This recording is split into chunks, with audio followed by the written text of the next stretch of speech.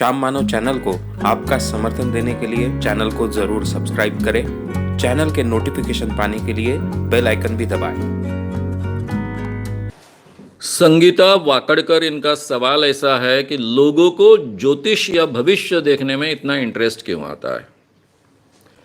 उनको ये भविष्य देखना चाहिए, ऐसा क्यों लगता है? इसके पीछे का कारण क्या है? अब मैं खुद एक जमाने में अंधविश्वासी था, ज्योतिष को बहुत मानता था। मैं अपना अनुभव भी आपके सामने रखूंगा कि मैं खुद लोगों का भविष्य बताने का काम भी करता था।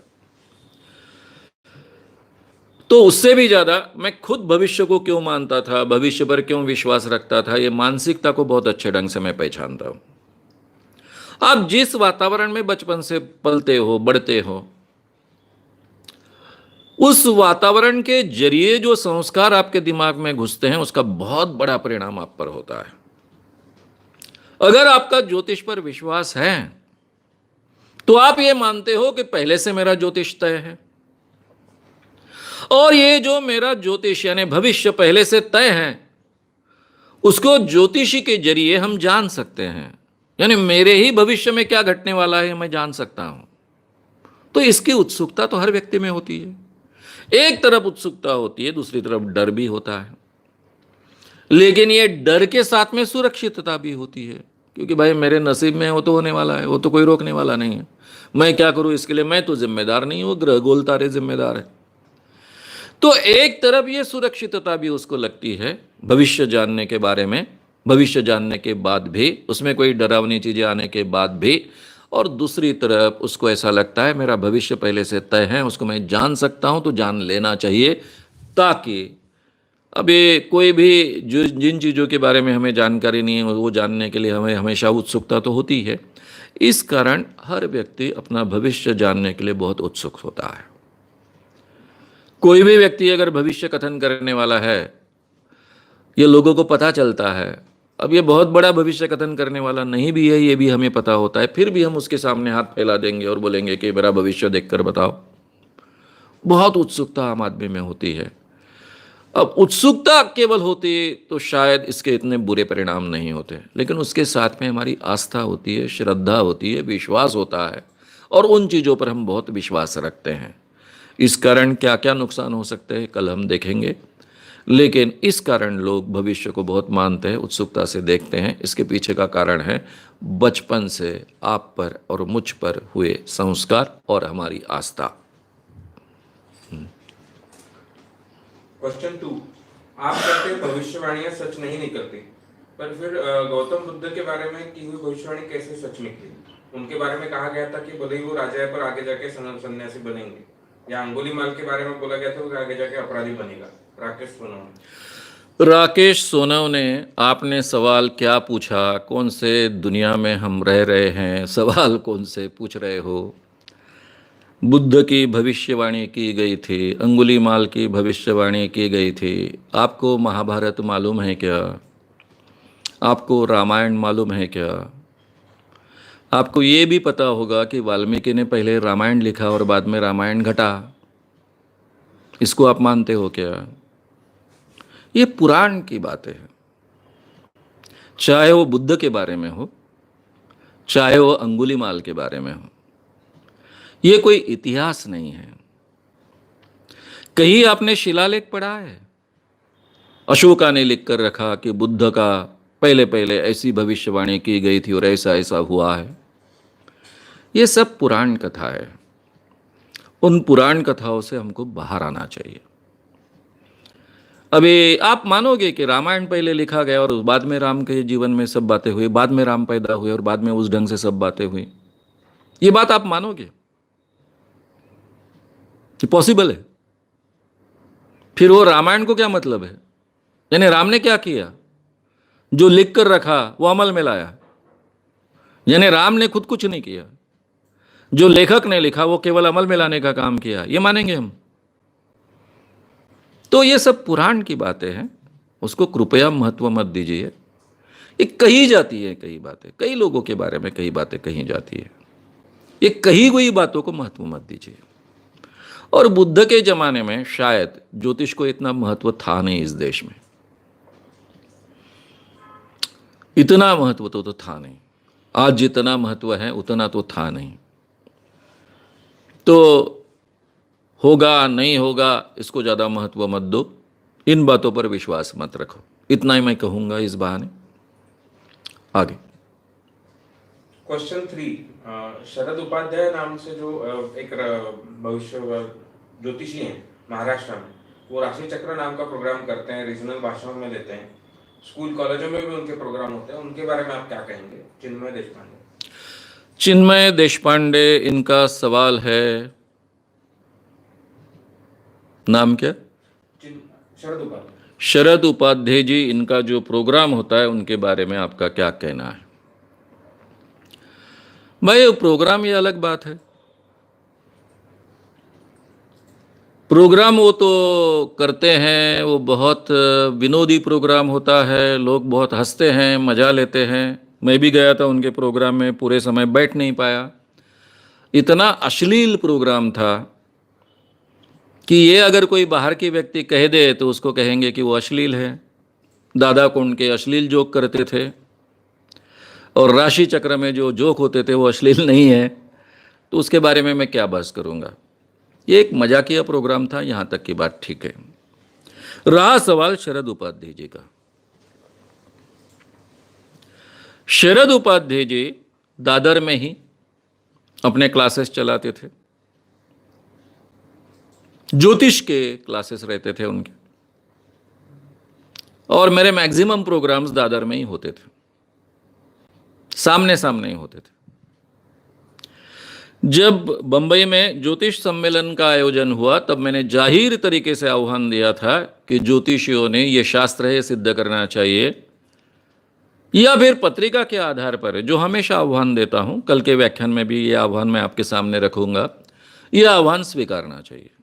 उपाध्याय जी ने कभी भी आह्वान नहीं स्वीकारा। और भी बहुत सी बातें मैं बता सकता हूं, बाद में कभी जब उपाध्याय इस विषय पर बोलूंगा तब बोलूंगा। मेरे एक मित्र हैं चंद्रकांत जी बर्वे, जो दूरदर्शन के डेप्यूटी डायरेक्टर रहे हैं। उनका बहुत आग्रह था एक बार कि शरद उपाध्याय और मैं एक प्रोग्राम में साथ में आए।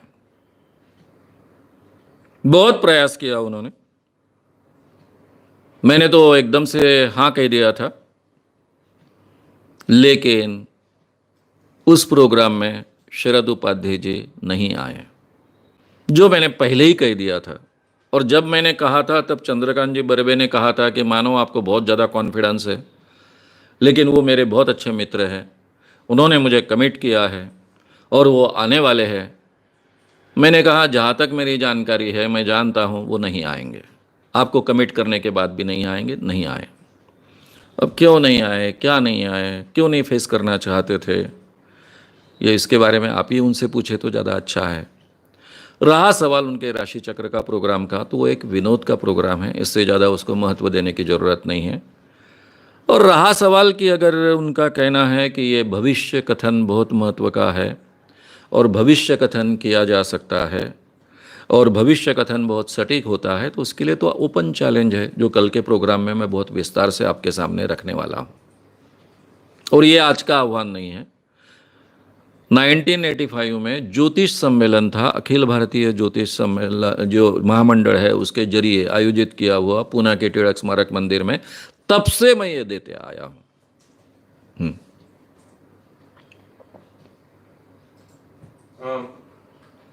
क्वेश्चन 4, रत्न धारण करने से गुड और बैड कुछ इफेक्ट हो सकते हैं क्या?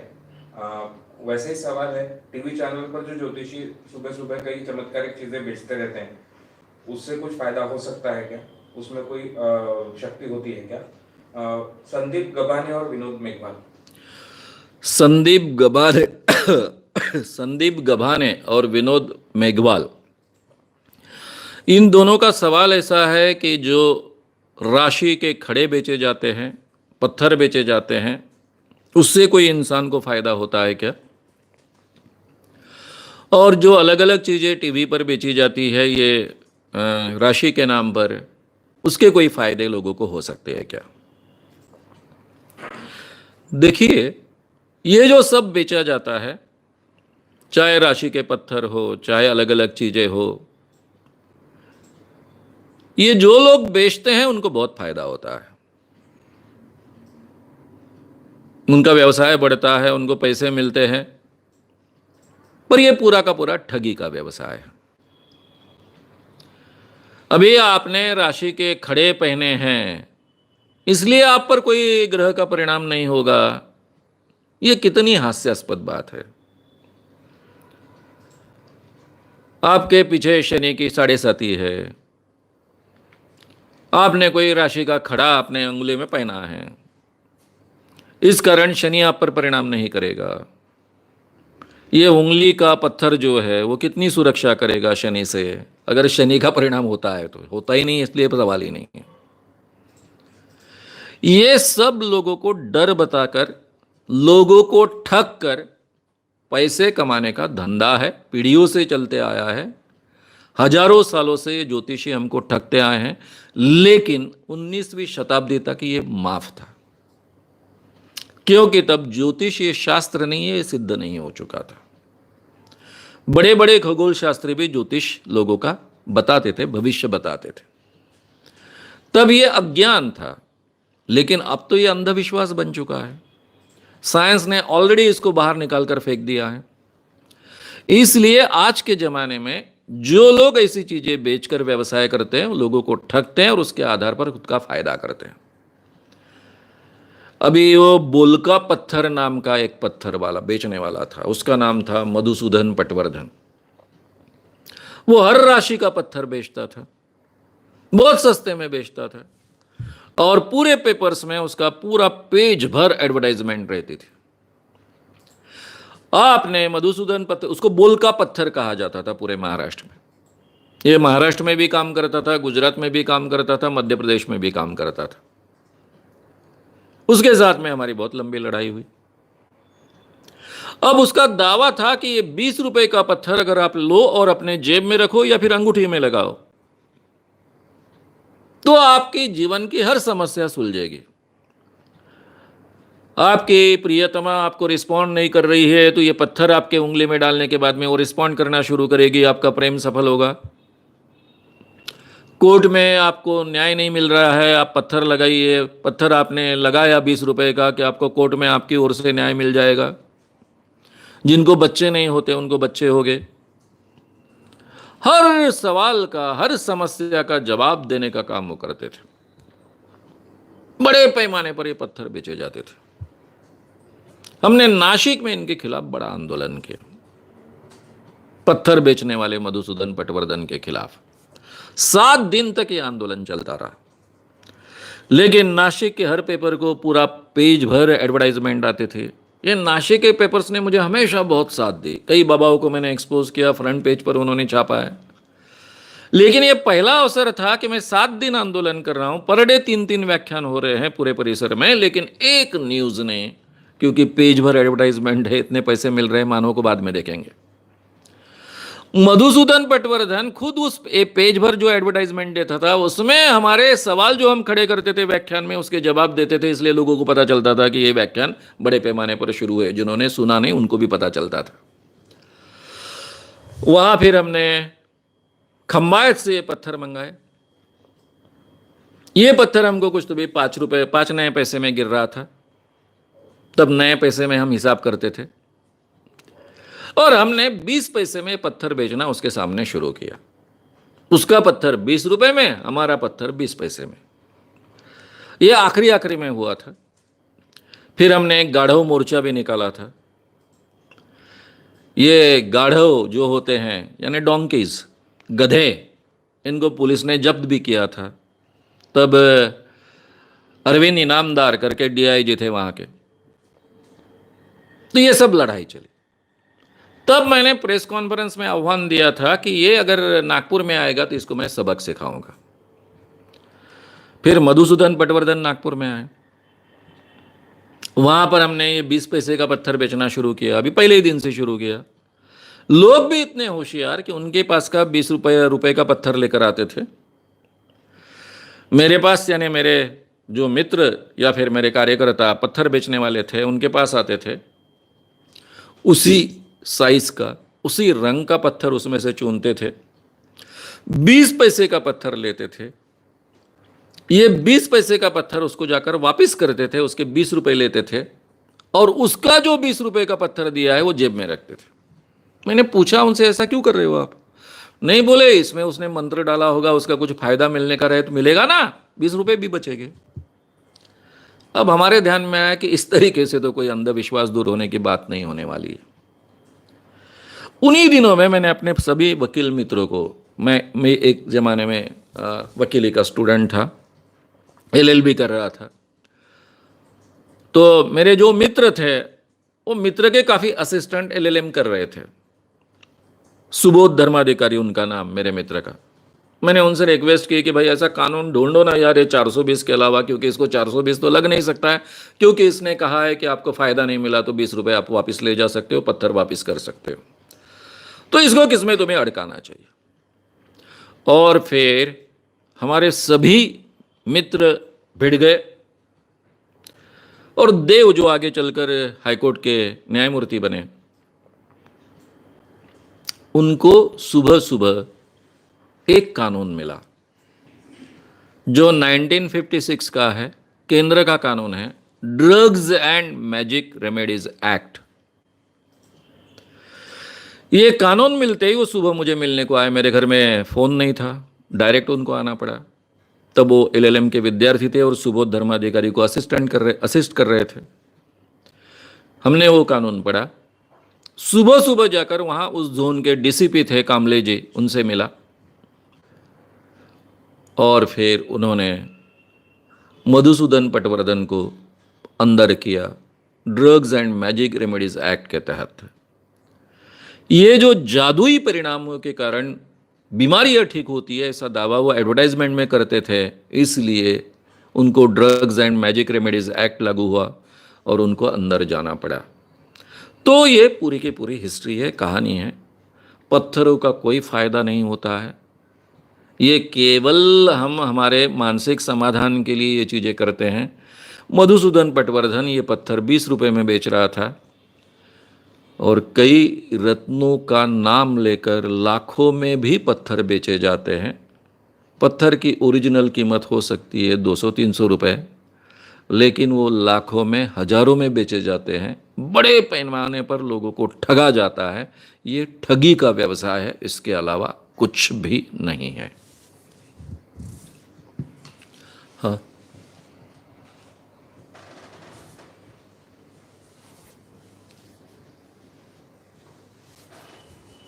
और क्वेश्चन 5, बच्चे के जन्म के बाद कुंडली बनवानी जरूरी है क्या? सोनाली खाड़े।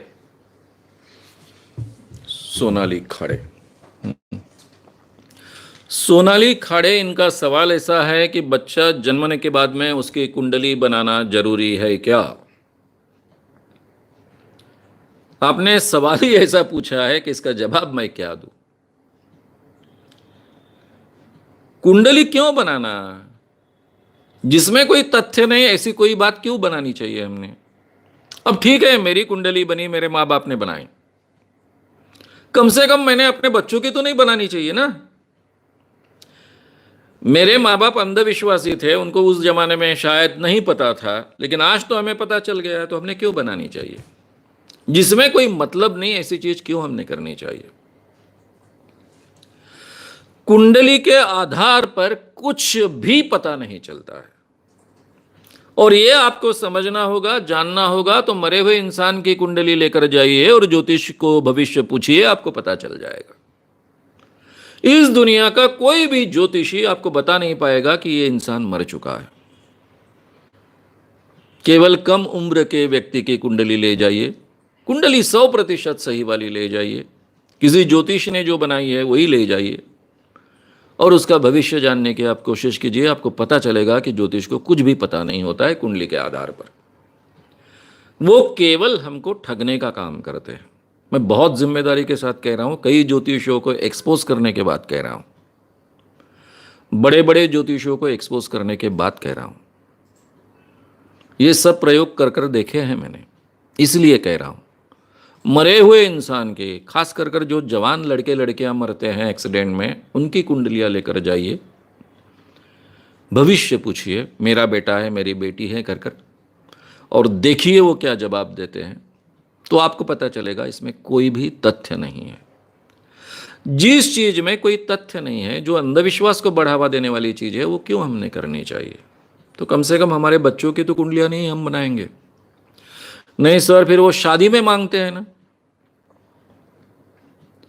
मैं हर लड़की को हमेशा कहता हूं कि आपको शादी किसके साथ करनी है ये आपका अधिकार है,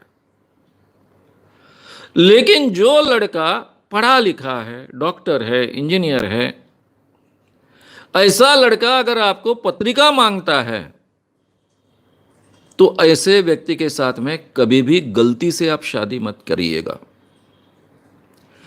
क्योंकि जो व्यक्ति साइंस में पढ़ने के बावजूद ज्योतिष पर विश्वास रखता है, वो इतना अंधविश्वासी हो सकता है कि कल जाकर आपकी शादी होने के बाद में अगर घर में अच्छा हुआ तो आपको क्रेडिट देगा, अगर घर में और उसके व्यवसाय में, अगर उसके जीवन में कुछ बुरा हुआ तो उसका डिस्क्रेडिट आपको देगा, जिसका आपसे कोई संबंध नहीं है, क्योंकि वो तो अंधविश्वासी है। तो जिसका ऊपर का दिमाग ही खाली है, ऐसे कम से कम व्यक्तियों के साथ में हमने शादी नहीं करनी चाहिए। तो इसलिए कुंडली की तो किसी को कोई ज़रूरत हो ही नहीं सकती, उसमें कोई तथ्य नहीं है। आज के ज़माने में हमको पता है, तो हमने अपने बच्चों की कुंडलियां नहीं बनानी चाहिए। फिर आप बोलेंगे कि फिर बच्चा अगर बड़ा हुआ और फिर उसने कहा कि मेरी कुंडली क्यों नहीं बनाई, तो कुंडली तो कभी भी बनाई जा सकती है।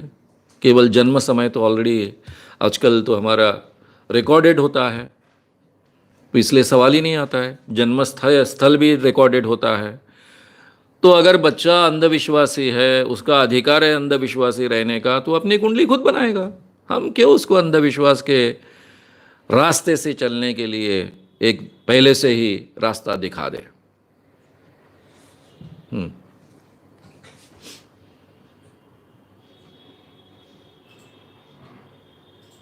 आप कहते हैं कि ज्योतिषियों को ग्रहों के बारे में ठीक से पता नहीं होता, पर अब प्लूटो के बारे में आप क्या कहेंगे? तो आजकल तो साइंटिस्ट भी उसे प्लैनेट नहीं मानते, तो ये तो साइंस भी बदल जाता है, तो इस पे आप क्या कहेंगे? चिन्मय देशपांडे, इनका कहना ऐसा है कि प्लूटो ये ग्रह नहीं है, ऐसा मानते हैं। ऐसा नहीं है, अभी तक ये तय नहीं हुआ कि प्लूटो ग्रह नहीं है। प्लूटो को एक पट्टा माना जाए या ग्रह माना जाए, इसके बारे में अभी भी अधूरी बात है, और उसके पीछे का कारण भी मैंने आपको बताया। प्लूटो को देखना बहुत असंभव सा है। उसको घूमने की कक्षा ही मैंने जो आपको कहा 287 ईयर्स लगते हैं, और उसका पता ही 930 में लगा है।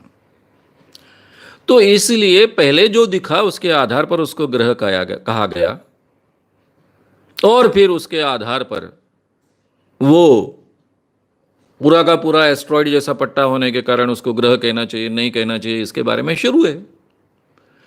पट्टा का पट्टा है तो उसको क्यों फिर एक ग्रह यानी एक जगह होने वाली चीज ऐसा क्यों कहा जाए, इस बारे में बहस है। अभी इसमें तो कोई सुधार हुआ है, इसमें तो कोई परिवर्तन नहीं हुआ है। ऐसा तो नहीं हुआ कि वहां प्लूटो नाम का पहले देखा गया था, वहां कुछ भी नहीं है, ऐसा तो नहीं है। जानकारी तो सटीक है। हमेशा विज्ञान में जानकारी बदलती नहीं है, ज्यादा एक्यूरेट होती है। केपलर के पहले ऐसे माना जाता था, गैलीलियो वगैरह बाकी सब लोग कहते थे कि सूरज के इर्द गिर्द सर्कल में घूमता है सबके सब ग्रह, पृथ्वी से लेकर सब। केपलर ने ज्यादा एक्यूरेट गणित किया और कहा कि ये सर्कल में नहीं घूमते हैं, हाइपरबोल में घूमते हैं, यानी थोड़ा एक लंब हो जाता है। अब ये एक्यूरेसी तो हमेशा बढ़ते रहती है, विज्ञान में एक्यूरेसी बढ़ते रहती है, और कुछ क्षेत्र ऐसे होते हैं कि जो हाइपोथेसिस के स्टेज पर होते हैं, उसमें बदलाव हो सकते हैं, लेकिन प्रूव्ड थियरी के बाद में बदलाव नहीं हो सकते हैं। जैसा ग्रेविटी थी, जब तक हमारे यान पृथ्वी छोड़कर बाहर नहीं गए तब तक ग्रेविटी के गणित 100% सिद्ध नहीं हो चुके थे। आज हम कह सकते हैं जब हमारे यान पृथ्वी को छोड़कर बाहर गए, चांद पर गए, मंगल पर गए, शनि पर गए, तो आज हम कह सकते हैं कॉन्फिडेंटली ग्रेविटी बहुत एक्यूरेट गणित वाली चीज़ है और उसी के आधार पर हम सब कुछ कर सकते हैं। लेकिन जब तक हमारे यान बाहर नहीं गए थे तब तक वो थियरी थी, प्रूड थियरी कर नहीं थी। तो ये मर्यादा विज्ञान में होती है, जब तक वो प्रूड थियरी नहीं बनती है तब तक उसमें परिवर्तन या फिर एक्यूरेसी बढ़ने की गुंजाइश होती है।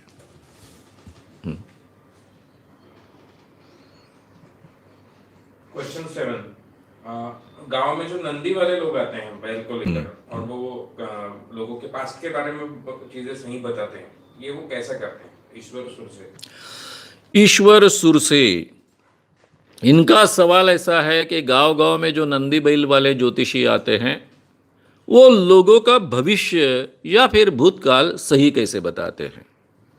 बहुत सुंदर परंपरा है, काफ़ी नंदी बैल वालों से मेरी अच्छी मित्रता है, मैं बहुत प्यार से बातें करता हूँ इन लोगों से, उनसे काफ़ी चीज़ें भी मैं सीखा हूँ। इन लोगों ने परंपरा से कुछ जानकारी हासिल करने की परंपरा विकसित की है। एक तो उनका जो ड्रमिंग चलता है, वो ड्रमिंग के आधार पर भी एक दूसरे को जानकारी पहुंचाते हैं। जैसा कि एक नंदी बैल वाला नंदी बैल को संभाल रहा है, दूसरा डम डम डबरी बजा रहा है या फिर कुछ तो भी डफली बजा रहा है, वो आता है, नाम पूछता है, इस घर के स्त्री का नाम क्या है, और ये नाम इधर पूछने के बाद में ये आदमी उसके साथ मिलता नहीं है, लेकिन वो नंदी बैल वाला वो स्त्री का नाम लेकर कुछ कहता है, भविष्य बताता है या फिर भूतकाल के बारे में कुछ बताता है। तो ये उनके वाद्य के जरिए नाम ट्रांसफर करने की सिस्टम वो अमल में लाते हैं, पहले से जानकारी प्राप्त करते हैं, बहुत अच्छे ढंग से जानकारी याद रखते हैं। इस घर में हम गए थे, ये जानकारी हमको मिली थी, बहुत अच्छे ढंग से याद रखते हैं और कुछ दिनों बाद उस उस जानकारी का उपयोग करते हैं। और जो हम कहते हैं कि हमारे जीवन में पहले घटी हुई कुछ बातें थी वो कैसे पहचानते हैं, तो हमेशा ये लोग जो कहते हैं, जो भी ज्योतिषी होता है उसको टेप रिकॉर्ड कीजिए, आपको पता चलेगा कि उन्होंने कोई भी सटीक बात नहीं की। भाई आप मरते मरते बचे, भगवान की कृपा थी इसलिए आप बचे, नहीं तो उस दिन कुछ आपका सच नहीं था। अब ये कह दिया और अब एकदम खुश, अरे बाप रे मेरा एक्सीडेंट, इसको कैसा पता चल गया। अब ये हर एक को कहते हैं वो, भाई आप बहुत उदार हो, लेकिन उदार किस लिए हो? अच्छे लोगों के लिए हो। जो आपका गलत फायदा उठाना चाहते हो उनके लिए तो आप बिल्कुल जमदग्नि हो, उसको आप सबक सिखाए बिना नहीं रहते हो। आपने सबक सिखाया, हमको लगता है कुछ दिन पहले हमने किसी को सबक सिखाया, बराबर इसको पता चल गया। तो ये कुछ जो बातें हैं बहुत क्लियर नहीं रहती है, बहुत सटीक नहीं रहती है, और अंदाजन कुछ बातें हमको लग जाती है, हमारे जीवन में घटित होती है, हम उसका क्रेडिट दे देते थे। इसलिए मैं आपसे रिक्वेस्ट करूंगा कि इसके बाद में कोई भी ज्योतिषी, आजकल तो रिकॉर्ड करना बहुत आसान है, आपके पास में मोबाइल है, रिकॉर्डिंग सिस्टम ऑन कीजिए, दैट्स ऑल। कोई भी अनपढ़ ज्योतिषी हो, रास्ते में बैठे वाला पोपट वाला हो, इन सब का भविष्य रिकॉर्ड कीजिए, बार बार सुनिए, तब आपको पता चलेगा ये सब सिस्टम का। नंदी बैल वाले बहुत अच्छे ढंग से जानकारी इकट्ठा करते हैं, जानकारी अलग अलग माध्यम से एक दूसरे के साथ में शेयर करते हैं और उसका फायदा उठाकर आपको इम्प्रेस करते हैं।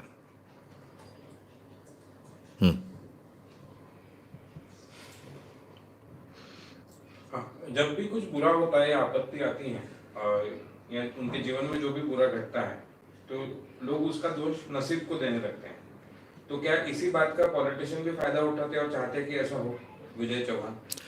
विजय चौहान इनका सवाल ऐसा है कि जब भी इंसान के जीवन में कुछ बुरी बात होती है तो उसका दोष वो अपने नसीब को देता है, और ये इंसान की जो मनोवृत्ति है उसका फायदा पॉलिटिशियन उठाते हैं। तो इसीलिए पॉलिटिशियन इन बातों को कायम रखना चाहते हैं। ये देखिए, कोई भी पॉलिटिशियन परिवर्तन का काम करने की हिम्मत नहीं करते हैं। इसलिए मैं ऐसा नहीं कहूंगा कि पॉलिटिशियन अंधविश्वास बढ़ाते हैं। बात सही इतनी है कि पॉलिटिशियन अंधविश्वास का फायदा उठाते हैं। जो बात लोगों में बड़े पैमाने पर है उसका फायदा उठाएंगे वो।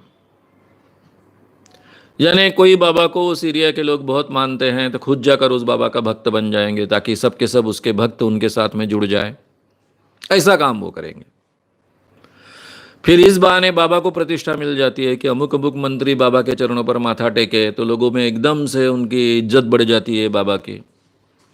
ऐसा जाने अनजाने में वो अंधविश्वास को बहुत बढ़ाने में मदद करते हैं, लेकिन वो उसका फायदा पॉलिटिकली उठाने के लिए, वो डेलिबरेटली अंधविश्वास बढ़ाने के लिए ये नहीं करते, अपना उल्लू सीधा करने के लिए करते हैं। हमेशा हमने ध्यान रखना चाहिए। अब रहा सवाल आम आदमी अपने नसीब पर क्यों विश्वास रखता है। अब ये विश्वास रखने की बात तो ऐसी नहीं है मैं रखना चाहता हूं इसलिए रखूं, ऐसा नहीं होता है ना। अगर हमें पता चल गया कि हमारी नसीब नाम की कोई चीज होती नहीं तो हम विश्वास ही कैसा रख पाएंगे, नहीं विश्वास रख पाएंगे। जब हमें पता चल गया है कि इस दुनिया में भूत होता ही नहीं है तो हम कैसा विश्वास रख पाएंगे, नहीं रख पाएंगे। बचपन से जो आप पर मुझ पर संस्कार होते हैं उसमें नसीब नसीब नसीब इतने गहराई से हमारे दिमाग में घुस जाता है, ये कल्पना, ये संकल्पना, ये थियरी, कि हमारे जीवन का वो हिस्सा बन जाती है। नसीब में होगा तो होगा, ये हमारे मुंह से अनायासा निकल जाता है। तो ये केवल शब्द नहीं होते हैं, हमारी पूरी थियरी होती है जीवन की। और जिन लोगों का इस पर विश्वास है, बचपन से हमारे दिमाग में डाला गया है, उसको मानते हैं, बड़े बड़े लोग मानते आए हैं, सक्सेसफुल लोग भी मानते आए हैं। वैसा ही नहीं मानते कि मेरे मेहनत के कारण, मैंने जो परिश्रम की इस कारण, या फिर मुझे जो चांसेस मिले उसका सही उपयोग मैंने किया इस कारण मेरी प्रगति हुई या मेरे जीवन में मैंने प्राप्त किया। वो मानते अपने नसीब के कारण प्राप्त हुआ।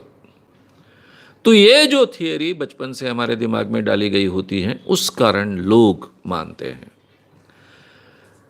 और एक बार उनके मन में अगर शंका आनी शुरू हो गई, नसीब होता है नहीं होता है, तो फिर मानना बड़ा मुश्किल हो जाता है। केवल शंका के कारण भी मानना मुश्किल हो जाता है। और उसमें अगर उसकी तर्क बुद्धि जागृत हुई और उसके पूरे के पूरे तार्किक आधार उसको मिल गए कि ये मानना गलत है, तो फिर उसके बाद तो मानना करीबन असंभव बन जाता है। इसीलिए मैं हमेशा कहता हूं कि अंधविश्वास दूर करना बहुत आसान है। सही जानकारी लोगों के पास पहुंचाइए, उसके बाद में ये साइकोलॉजिकल बातें होने के कारण वो चाहे तो भी पहले जैसा नहीं मान सकते हैं। उनके दिमाग में भी कहीं ना कहीं एक प्रश्नों का कीड़ा तो घुस गया है। वो प्रश्नों का जवाब ढूंढने की वो कोशिश करते जाएंगे और शायद इसी में से उनमें बदलाव आने की पॉसिबिलिटी होती है। तो इसलिए आम इंसान नसीब को मानता है, वही संस्कार उस पर हुए हैं, इसलिए उसका बलि चढ़ता है और उसका फायदा पॉलिटिशियंस उठाते हैं।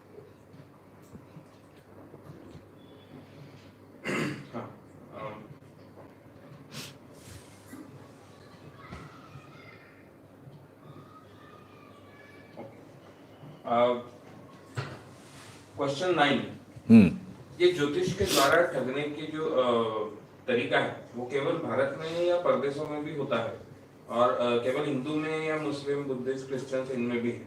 विशाल लिपाने पाटिल। विशाल लिपाने पाटिल, इनका सवाल ऐसा है कि ये जो ज्योतिषी लोगों को ठगते हैं, लोग ज्योतिष पर विश्वास रखते हैं, ये केवल भारत में है या फिर पूरे दुनिया में है? और भारत में जो है वो केवल हिंदुओं में है या बाकी भी धर्मों के लोग इसको मानते हैं, क्रिश्चियन, बौद्ध वगैरह बाकी? जो भी हमें दिखता है कि भारत में तो काफ़ी लोग इसको मानते हैं। यानी हालांकि देखा जाए तो महाराष्ट्र के बौद्ध लोगों में ज्योतिष मानने की परंपरा बहुत कम होनी चाहिए, क्योंकि डॉक्टर बाबा साहब आम्बेडकर ने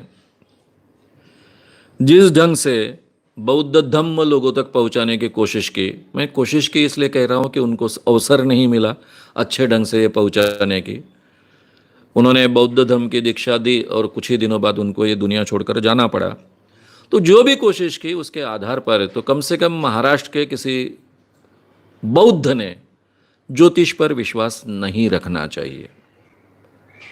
लेकिन इसके बावजूद कुछ लोग रखते हैं, मैं जानता हूं, उनके नाम भी मुझे पता है। अंगूठियां पहनते हैं, राशि के खड़े अपने अंगूठियों में डालते हैं, भविष्य भी देखते हैं।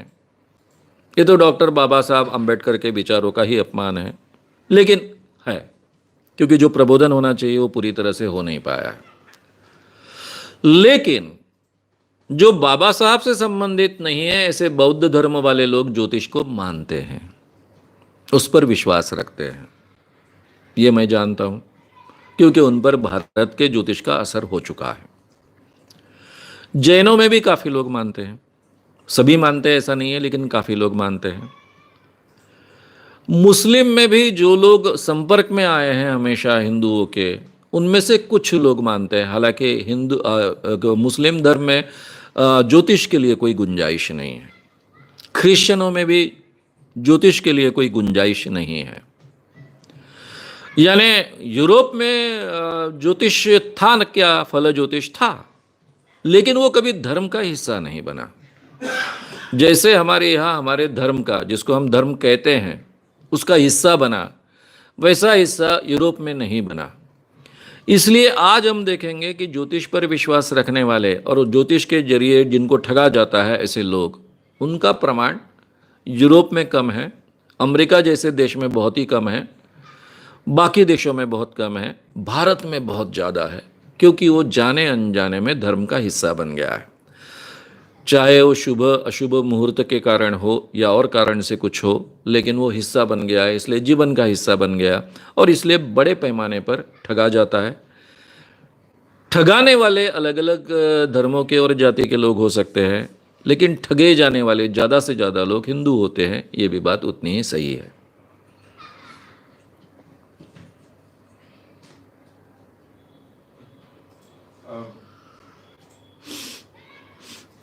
इंट्यूशन जैसा कुछ हो सकता है क्या, सुधीर पाठक?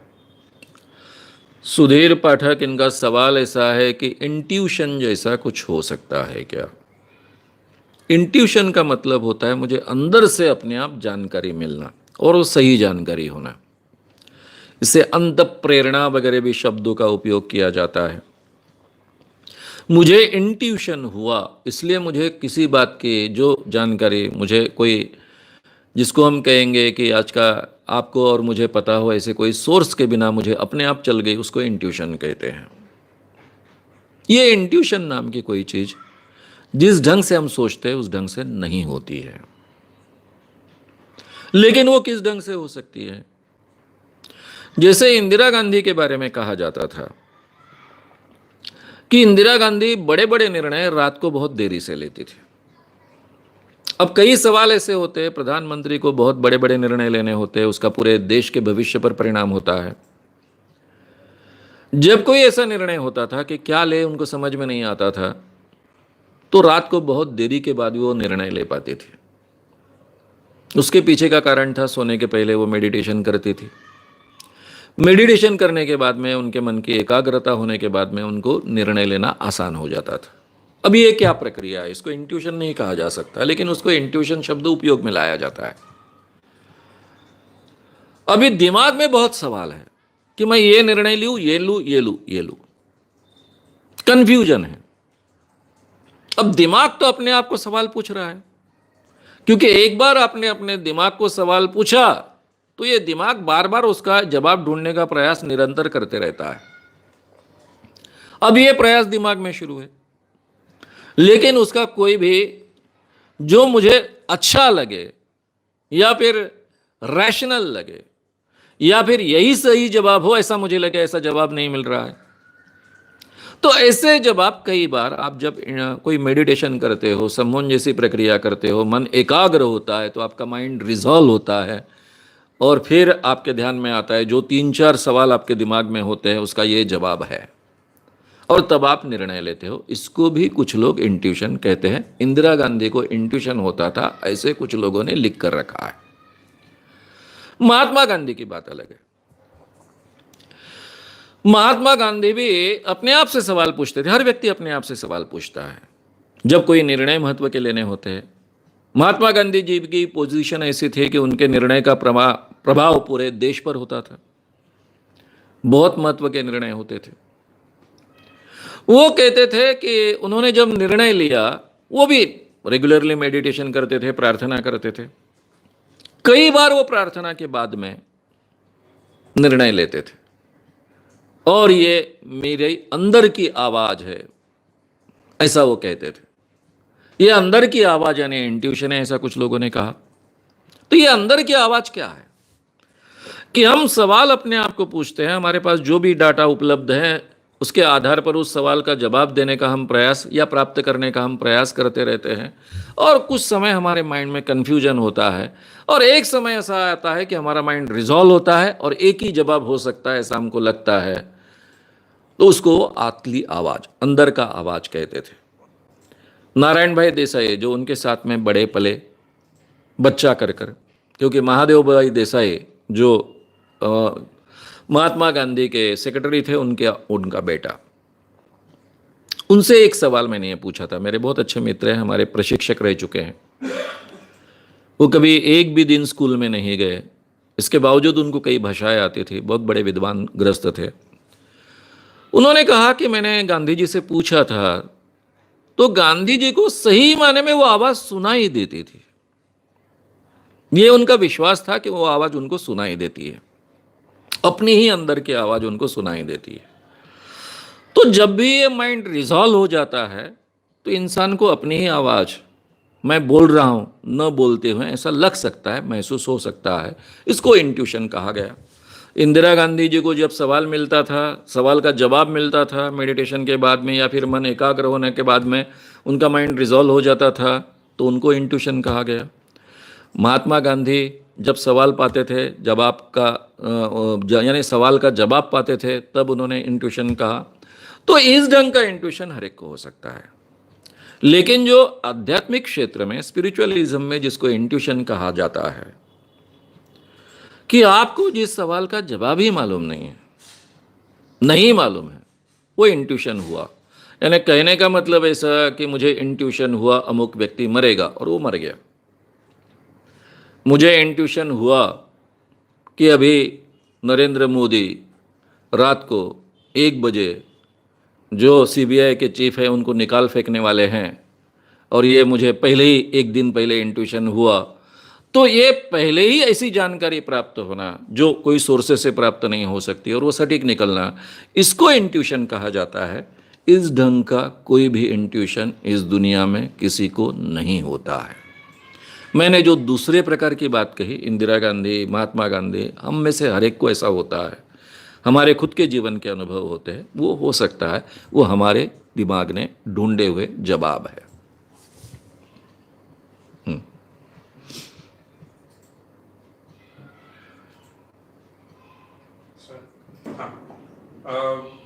इस ज्योतिषियों को केवल आर्थिक फायदे मिलते हैं, इसके अलावा और भी कुछ फायदे होते हैं? विनायक पाटिल, इनका सवाल ऐसा है कि ये ज्योतिषी जब ज्योतिष कहते हैं तो इसके फायदे केवल आर्थिक होते हैं या बाकी भी होते हैं? देखिए, एक तो सबसे बड़ी बात ऐसी है कि ज्योतिष को तो आर्थिक फायदा मिलता है, उसके साथ में उसको बहुत प्रतिष्ठा मिलती है। जो लोग ज्योतिष पर विश्वास करते हैं, श्रद्धा रखते हैं, वो कई ज्योतिषियों को भगवान समान भी मानते हैं। इस आदमी को तो भूत भविष्य वर्तमान का पता है, इसको इतना ज्ञान है, बहुत प्रतिष्ठा देते हैं, उनके चरणों पर माथा भी टेकते हैं। ये भी फायदा है। और इंसान के जीवन में प्रतिष्ठा प्राप्त करना ये तो बहुत आवश्यक चीज़ है, उसको बहुत महत्व होता है। इसके अलावा भी कुछ चीज़ें होती है कि नहीं होती है? अभी हर व्यक्ति अपने व्यवसाय से कोई फ़ायदा उठा सकता है, वो उठाते हैं। मैं कई ज्योतिषियों को जानता हूँ, वक्त आने पर उनका नाम लेकर बोल सकता हूँ। उन्होंने अलग अलग तरीके ढूंढ लिए थे। मैंने कई बार ये बात जाहिर तरीके से कही है। एक आधी स्त्री आई भविष्य देखने के लिए, सुंदर है, धीरे से कहेंगे कि ये पत्रिका में मैं जो देख रहा हूं वो सही है कि नहीं, मुझे जांचना है। वो थोड़ा आपके चेहरे पर, गाल के उस साइड में एक तिल होना चाहिए। हाँ, है तिल। दूसरा तिल आपका पीठ पर यहां होना चाहिए। अब वो गाल पर का तिल देखकर स्त्री खुश हो जाती है कि इन्होंने कैसा पहचाना, आसानी से तो ध्यान में नहीं आता है। फिर वो पीठ पर का तिल बताती है। जो स्त्री पीठ पर का तिल बताती है, फिर इनका तिल बढ़ते जाता है, और फिर आगे क्या होता है मैं अलग कहने की जरूरत नहीं है। तो ऐसे धंधे करने वाले ज्योतिषी भी मैं बहुत जानता हूं। वक्त आने पर उनके नाम जाहिर तरीके से सामने रख सकता हूं। कई स्त्रियों ने उनके नाम के साथ में मेरे पास कंप्लेंट किए थे, लेकिन उस जमाने में मीटू का जमाना नहीं था, स्त्रियां ही उसमें बदनाम होने की बहुत ज़्यादा गुंजाइश थी, इसलिए केवल जाहिर तरीके से कहकर बात को छोड़ना पड़ा। तो मित्रों, अलग अलग ढंग का इसका फ़ायदा उठाया जाता है। पॉलिटिकल सर्कल में इनकी बहुत चहल पहल होती है। मैं आपको एक छोटा सा किस्सा सुनाऊंगा। मैं स्टार न्यूज़ के एक प्रोग्राम में गया था, ग्रहण का प्रोग्राम था। हालांकि मैं पहली बार गया था, इसलिए मुझे उस वक्त बोलने का काफ़ी अवसर मिला। और तब स्टार न्यूज़ में के केवल एक व्यक्ति मुझे जानती थी, जो बम्बई की पत्रकार थी। बाकी लोग तो जानते नहीं थे, और सभी बड़े बड़े ज्योतिषी थे। ये सभी ज्योतिषी टीवी पर के ज्योतिषी थे, जिनके स्वतंत्र प्रोग्राम रहते थे। और वो प्रोग्राम हमारा बहुत लंबा चला। हालांकि पहले 2 घंटे 3 घंटे होने की बात थी, 7-8 घंटे तक वो प्रोग्राम चलता रहा। उसको बहुत टीआरपी भी मिला। उस दिन मुझे बहुत बोलने के लिए अवसर मिला, इसलिए मैंने काफ़ी बातें बहुत ही बोल्डली कही। उस दिन हमने ग्रहण होने के बावजूद ग्रहण में खाना भी खाया। उसका भी काफ़ी अच्छा इम्पैक्ट पूरे भारत में आया। ये प्रोग्राम ख़त्म होने के बाद में ज्योतिषी मुझसे मिले। तब क्योंकि प्रोग्राम में मैंने कहा था मेरा 25 लाख रुपए का प्राइज़ है, तब इन ज्योतिषियों ने कहा था कि आप हम लोगों को जानते नहीं हो। क्या आह्वान दे रहे थे 25 लाख रुपए के प्राइस का? हमारा मासिक इनकम क्या है आपको पता है? हम एक दिन के 1-1 लाख रुपए फीस लेते हैं, और कुछ समय की, आधे घंटा 1 घंटे की। ये हमारे व्यवसाय है। और ऐसे 10-12 ज्योतिषी यहां पर है। एक ज्योतिषी मुझसे कह रहा था, और आप हमें 25 लाख रुपए के प्राइस का ये दे रहे हो। कहा मानो अटके हो आप, आ जाओ हमारे साथ में इधर। इमेजिन कर सकते हो आप कमाई क्या? ज्योतिष पर ये प्रोग्राम करते हैं टीवी पर, पूरे भारत में प्रसिद्ध होते हैं, लोग इनको कांटेक्ट करते हैं, अपॉइंटमेंट वगैरह वगैरह, बाकी सब बातें। तो बहुत प्रतिष्ठा मिलती है, पैसा भी मिलता है, उसके साथ में और भी बहुत बहुत बातें मिल सकती हैं। पॉलिटिकल सर्कल में इनका बहुत कुछ पहचान होती है, प्रतिष्ठा होती है, उसके भी बहुत फ़ायदे मिलते हैं। वो फ़ायदे अपने क्लाइंट को भी मिला देते हैं, एक पॉलिटिशियन से दूसरे को मिला देने का काम करते हैं, वगैरह वगैरह। ऐसा बहुत बहुत फ़ायदे इसके हो सकते हैं। जब जब उस विषय की बात आएगी, तब तक वो विषय मैं आपके सामने रखूँगा। ये स्त्रियों का एक छोटा सा एंगल मैंने आपके सामने रखा है। ये कोई मैंने काल्पनिक नहीं रखा है, कुछ ज्योतिषी ऐसा काम करते हैं इसीलिए रखा है।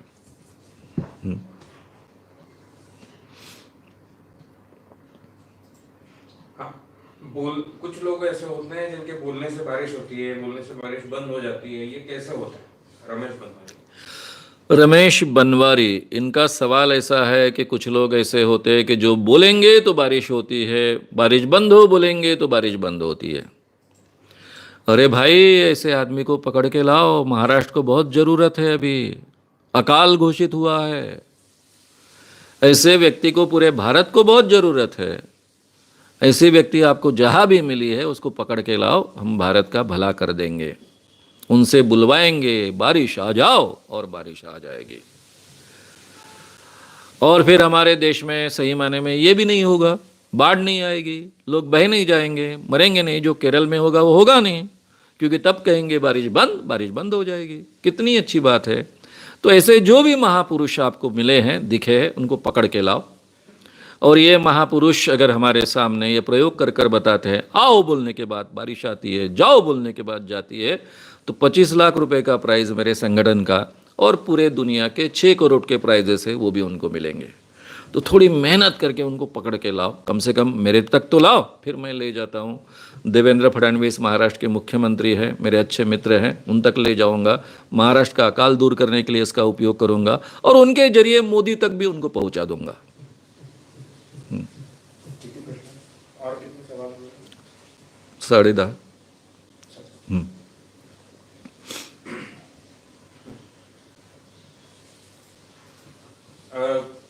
हमारे देश में आज तक धर्म व्यवस्था बहुत स्ट्रांग है, क्या ये कारण है कि ज्योतिष शास्त्र में लोग इतना विश्वास रखते हैं?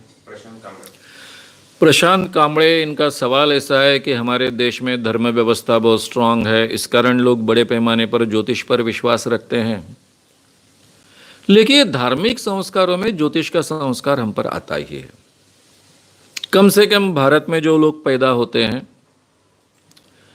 और जो अपने आप को हिंदू समझते हैं, उन पर हर धार्मिक संस्कार के साथ में ज्योतिष का संस्कार होते रहता है। हर काम शुभ अशुभ मुहूर्त देखकर करना है, वार होते हैं, सोमवार को एक अलग महत्व, मंगलवार को अलग महत्व, बुधवार को अलग महत्व, यहीं से सब ज्योतिष की कल्पनाएं शुरू हो जाती हैं।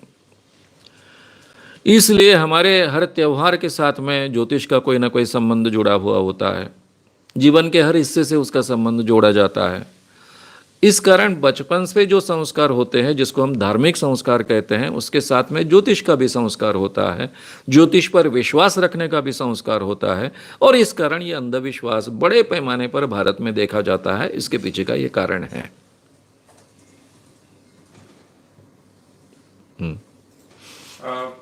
आजकल कुछ ज्योतिषी ऐसे बहुत मजेदार या विनोदपूर्ण टोटके भी बताते हैं, जैसे पेड़ से शादी करना, मटके से शादी करना, पीपल को दूध चढ़ाना वगैरह। इन पे आपका क्या ओपिनियन है? विनीत पडवाल, इनका सवाल ऐसा है कि आजकल कुछ ज्योतिषी बहुत अलग अलग ढंग के टोटके भी लोगों को बताते हैं, जैसे पीपल की पूजा करना, पेड़ से शादी करना वगैरह वगैरह वगैरह वगैरह।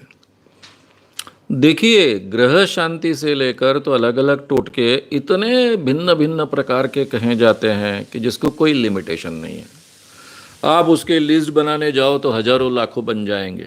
जिसके दिमाग में जो लगा वो कह सकता है। और भारत में हर शास्त्र के बारे में ये है, क्योंकि कोई भी निश्चितता नहीं है। हिंदू धर्म ही इतना बिखरा हुआ है और इतना अलग अलग चीज़ें उसमें हैं कि हर चीज़ को हिंदू धर्म में कहा जा सकता है। यानी जो रिस्ट्रिक्शंस क्रिश्चियनिटी में बाइबल है, ओल्ड टेस्टामेंट, न्यू टेस्टामेंट, उसके बाहर की कोई बात होगी तो वो धार्मिक है, नहीं मानी जाएगी, नहीं मानी जाएगी। कुरान है, हदीस है, लिमिटेशंस है, उसके बाहर कुछ भी नहीं है। तो ये जो रिस्ट्रिक्शंस है, वो रिस्ट्रिक्शंस न होने के कारण यहाँ का हर ज्योतिषी, हर पुजारी कुछ भी कह सकता है और वो धार्मिक बन जाता है। अभी जैसे मंगली है, तो ऐश्वर्या राय मंगली थी। ज्योतिष शास्त्र का नियम है कि मंगली लड़की ने मंगली लड़के से लग्न किया तो कुछ नुकसान नहीं होता है, शादी की तो कोई नुकसान नहीं होता है। लेकिन अगर मंगली लड़की ने मंगली लड़का नहीं ढूंढा और दूसरे लड़के से शादी की तो वो मर जाता है। अब अभिषेक बच्चन को तो शादी करनी थी ऐश्वर्या राय से, ऐश्वर्या राय मंगली, शादी हो जाती तो अभिषेक बच्चन मर जाता, तो पिताजी को कैसे सहन होगा? तो पिताजी ने ज्योतिषी को टोटका पूछा। ज्योतिषी ने कहा कि पहले शादी है वो पीपल के पेड़ से करवा दो। तो फिर हमारे ऐश्वर्या, रूप सुंदरी ऐश्वर्या की शादी पहले पीपल के पेड़ के साथ हुई। अब पीपल का पेड़ मरा, इसकी कोई जानकारी नहीं है, शायद नहीं भी मरा होगा। और उसके बाद में अभिषेक बच्चन के साथ में शादी की, इसलिए अभिषेक बच्चन अभी तक जिंदा है, ऐसा शायद अमिताभ बच्चन मानते हैं। लेकिन मेरे सामने दूसरा ही सवाल है।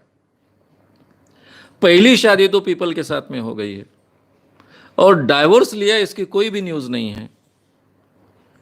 तो फिर ये अभिषेक बच्चन और ऐश्वर्या राय की शादी ये लीगल है कि नहीं, यही मेरे सामने सबसे बड़ा सवाल है। क्योंकि पहले पति को तो डाइवोर्स दिया गया नहीं है, ये सब मजाक है, आपको पता है, इसमें कोई तथ्य नहीं है, भी आपको पता है।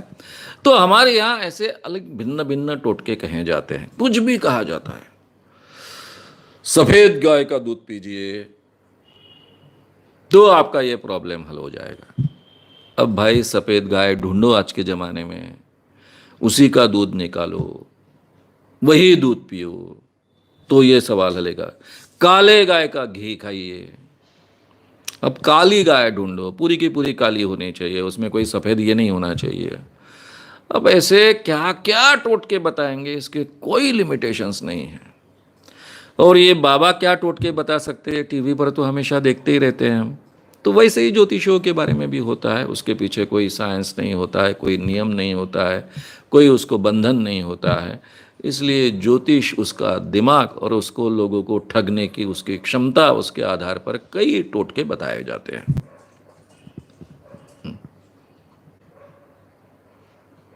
ये जो ज्योतिष हमें जो सजेशंस देते हैं या ज्योतिष देखने के हमारे दिमाग पर या जिंदगी पर किस तरह का परिणाम होते हैं? गौरव वर्मा गौरव वर्मा, इनका सवाल ऐसा है कि ज्योतिषी जो हम ज्योतिष देखने के बाद में जो भी सजेशन देते हैं उसके दिमाग पर कितना और कैसे परिणाम होते हैं, इसके बारे में थोड़ा विस्तार से मैं कल बोलने वाला हूं। तब इसका सही मायने में आपके पास जवाब पहुंच जाएगा। मैं इतना ही कहूँगा अभी, उसका कोई स्पष्टीकरण न देते हुए, कि इसके बहुत गहरे असर हो सकते हैं। यानी ज्योतिष जो कहता है उस पर आपकी अगर श्रद्धा है, आस्था है, तो आप ज्योतिष ने जो कहा वही करेंगे, उसके अलावा कुछ नहीं करेंगे। यह फैटल सजेशन हो सकता है जिसमें आपकी जान भी जा सकती है, जो मेरे बारे में हुआ था। मैं उसका उदाहरण आपके सामने रखूंगा। या फिर उसका परिणाम यह हो सकता है कि आपका चॉइस डिटरमाइन होगा, आप वही चीज करोगे, दूसरी कोई चीजें नहीं करोगे। आपका पूरा लाइफ भी उसके कारण गवर्न होगा। ये कल मैं विस्तार से ये कारण रखने वाला हूं, इसलिए कल विस्तार से आपके सामने रखूंगा।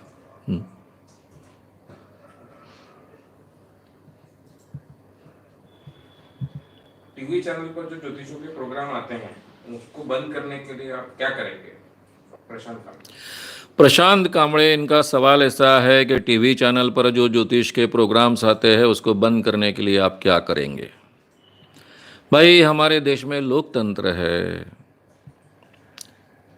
मैं तो पूरे भारत में एक अल्पसंख्यक व्यक्ति हूँ, रैशनैलिटी की बातें रखता हूँ। मेरे जैसे विचार रखने वाले बहुत कम लोग हैं और विचार रखने वाले तो बहुत ही कम हैं। इसके बावजूद ये लोकतांत्रिक देश होने के कारण मुझे अधिकार प्राप्त हुआ और YouTube जैसे चैनल होने के कारण मैं सब लोगों के साथ में बात भी कर रहा हूं। तो ये जो स्वतंत्रता मुझे प्राप्त हुई है उसका मुझे आदर रखना चाहिए। अगर ये आदर मुझे रखना है तो लोगों की स्वतंत्रता भी मुझे माननी पड़ेगी। जब तक ज्योतिष टीवी पर बताना इसके खिलाफ कोई कानून नहीं बनता है, तब तक ये ज्योतिष टीवी पर कहना या ज्योतिष ने अपने भविष्य कथन की प्रथा या फिर कार्यक्रम या परंपरा बंद करे, ऐसा तो कुछ किया नहीं जा सकता है। ये स्वतंत्रता है। जब इस ढंग का कानून बनेगा और भारत सरकार करेगी इस ढंग का कानून, तभी ये बंद हो पाएगा। मैं केवल कह सकता हूं कि ये जो ज्योतिष कहा जाता है टीवी पर, उसमें कोई मतलब नहीं होता है, कोई तथ्य नहीं होता है। ये अंधविश्वास बढ़ाने का काम है, लोगों को ठगने का काम है।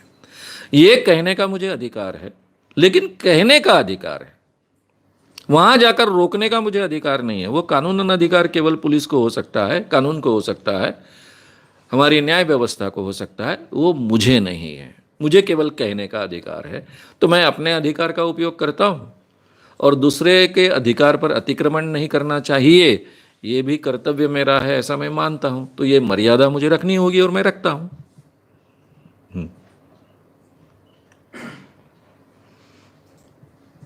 ज्योतिष और हिप्नोटिज्म में कोई संबंध है क्या? रिच अमीन रिच अमीन, इनका सवाल ऐसा है कि ज्योतिष और हिप्नोटिज्म में कोई संबंध है क्या? इनमें कोई संबंध नहीं है। हिप्नोटिज्म एक अलग विषय है, ज्योतिष एक श्रद्धा का विषय है जिसमें कोई साइंस नहीं है। दोनों का कोई संबंध होने की गुंजाइश नहीं है। हमको हमारे यहाँ बोरवेल करवाना है, तो क्या हम अपनी मर्जी से किस जगह पे बोरवेल करवाएं या फिर ब्राह्मण को पूछ के वैसा बोरवेल करवाएं? टीना भाई जरिया। टीना भाई जरिया, इनका सवाल ऐसा है कि हमको बोरवेल करना है, तो बोरवेल करने के लिए हमने ब्राह्मण से पूछकर बोरवेल करना चाहिए या कोई और जरिया हो सकता है? पहले के ज़माने में हमको बोरवेल तो छोड़िए, कुआं खोदना पड़ता था।